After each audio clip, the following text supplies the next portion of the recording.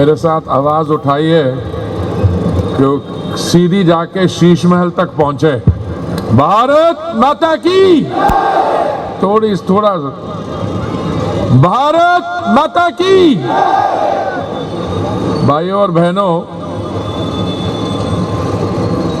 जब माननीय प्रधानमंत्री जी मोदी जी ने दायित्व संभाला था तो उन्होंने प्रधानमंत्री आवास योजना शुरू करवाई थी।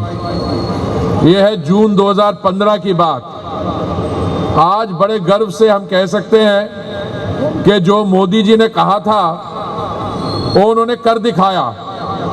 देश भर में 4 करोड़ मैं देश भर की बात कर रहा हूं, लाभार्थियों को प्रधानमंत्री आवास योजना का आवास का लाभ मिला है। यहां जहां हम खड़े हैं कालका जी, यहां जहां तक मुझे याद है 3200 आवास दिलवाए गए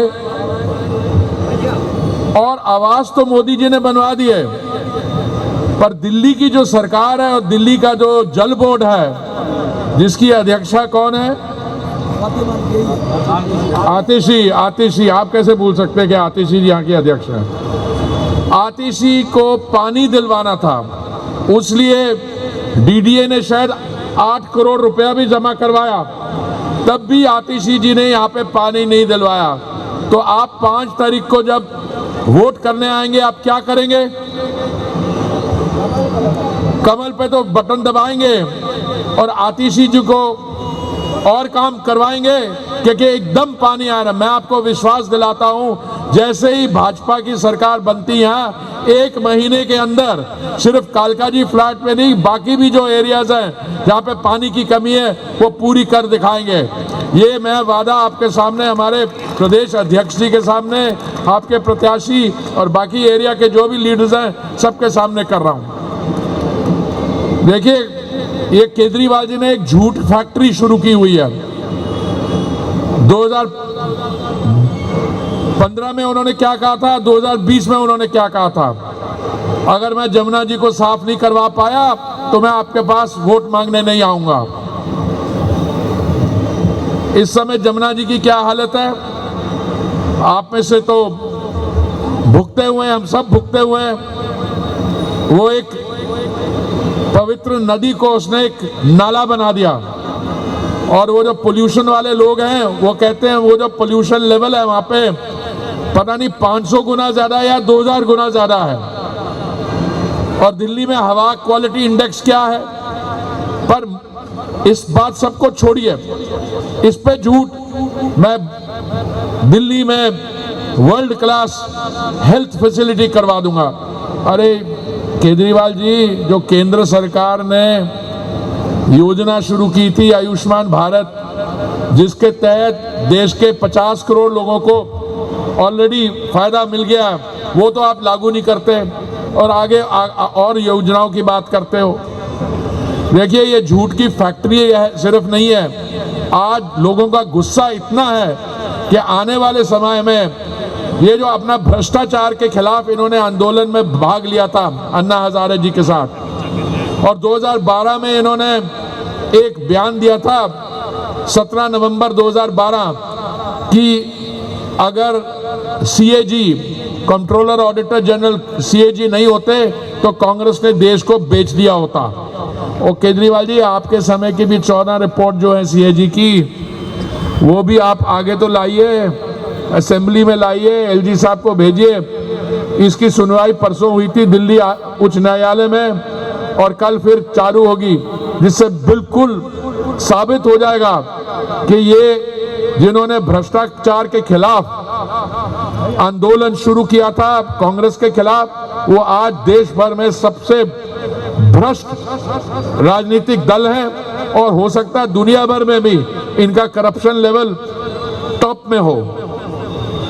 आज मैं आपके सामने क्यों आया हूं? अपने भाई रमेश बिधूरी जी के लिए वोट मांगने नहीं, आपका पूरा सहयोग के लिए आया हूं।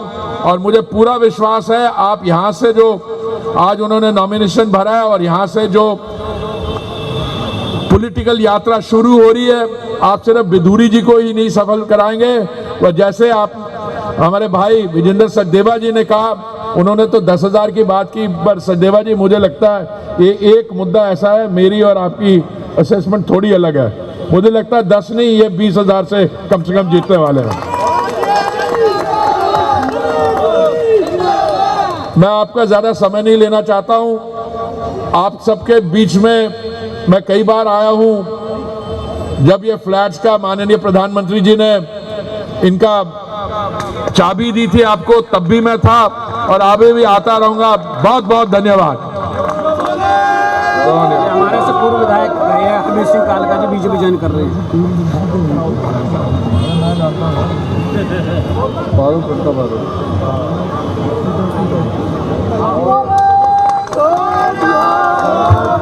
साथियों, मंच पर अवतार सिंह कालका जी यहाँ के पूर्व विधायक रहे, आम आदमी पार्टी से, आज भारतीय जनता पार्टी, हमारे केंद्रीय मंत्री श्री